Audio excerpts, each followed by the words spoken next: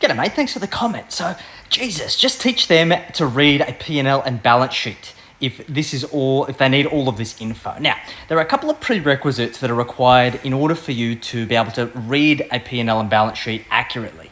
And this is a fundamental issue for a lot of small business owners.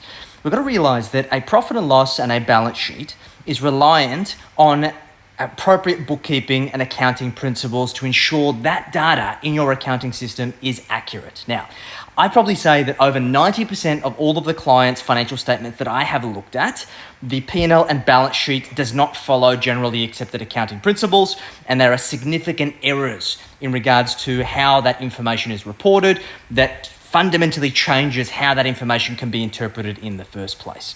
However, a bank balance cannot be fudged. What is in that account at a particular day is true and accurate at that very second.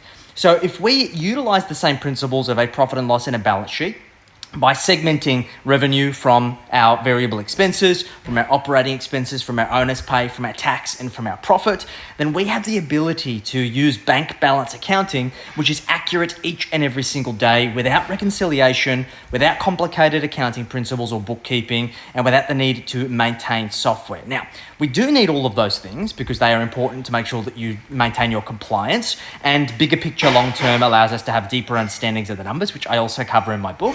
But it is far easier for us to implement a series of bank accounts and a process of sweeping that money and utilizing that to curb the behavior before it exists. Because looking at a P&L and a balance sheet is a lag indicator. It means that all of the things, all of the income, the expenses have already occurred.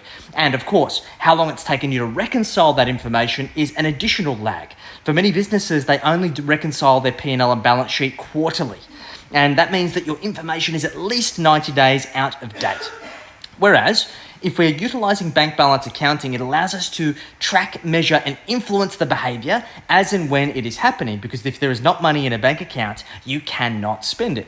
And what ultimately happens for most business owners is that because they have all of their money running through a single bank account, they are basically borrowing from these buckets as they go anyway.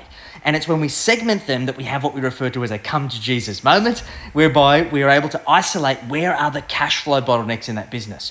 Where have we been borrowing from the buckets all along? And do we need to minimize the expense or increase the income to ensure that there is the appropriate amount of money in that bucket to be able to allow us to spend? Because this is all about behavior. In a small business, cash flow is influenced most significantly by shifts in behavior, not changes in terms of the way that they read the numbers, because looking at the numbers after they've already occurred with no mechanism to influence them at the point in time that the decision is being made is absolutely useless. So I appreciate you bringing this up, so it gives me an opportunity to educate and talk about it. I cover all of this stuff in my book, so if you want to go read it, it's a very pragmatic guide to improving your profits and your cash flow in your business. So let me know if you've got any questions.